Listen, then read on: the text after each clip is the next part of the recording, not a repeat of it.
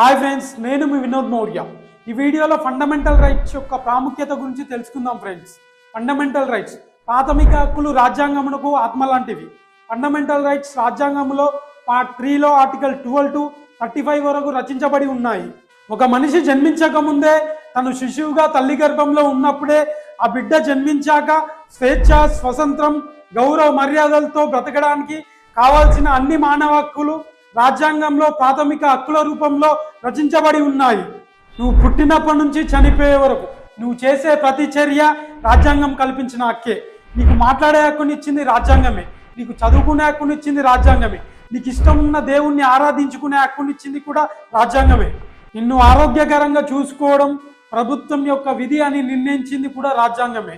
చివరికి నీకు జీవించే హక్కును ప్రసాదించింది కూడా రాజ్యాంగమే. ఇలా ప్రతి ఒక్క మనిషిని పుట్టినప్పటి నుంచి చనిపోయే వరకు సమస్త మానవ హక్కులు ప్రసాదించి ఒక రక్షణ కవచంలా రాజ్యాంగం మిమ్మల్ని కాపాడుతుంది.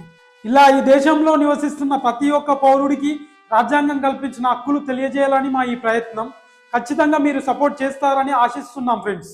మరియు కేశవానంద భారతి కేసులో ప్రాథమిక హక్కులను, రాజ్యాంగ మౌలిక స్వరూపాన్ని, బేసిక్ స్ట్రక్చర్ ఆఫ్ ద కాన్స్టిట్యూషన్ను మార్చే అధికారం పార్లమెంటుకు కూడా లేదని సుప్రీంకోర్టు తీర్పునివ్వడం జరిగింది. మరియు ఫండమెంటల్ రైట్స్ ఆర్టికల్ 12 to 35 వరకు ఉన్నాయి. అంటే దాదాపు 23 ఫండమెంటల్ రైట్స్ ఉన్నాయి. Right to equality, right to freedom, right against exploitation, right to freedom of religion and right to speech and expression and right to leave and personal Liberty. ఇలా ప్రతి ఒక్క article గురించి, మనకున్న ప్రతి ఒక్క హక్కు రైట్ గురించి నెక్స్ట్ వీడియోస్లో వివరంగా తెలుసుకుందాం ఫ్రెండ్స్.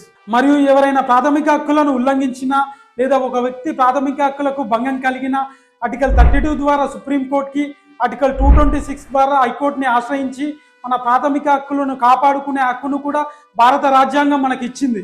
దీనికి మీ సపోర్ట్ కావాలని ఆశిస్తున్నాం ఫ్రెండ్స్. ఇది మీ యొక్క బాధ్యత అని కూడా గుర్తు చేస్తున్నాం.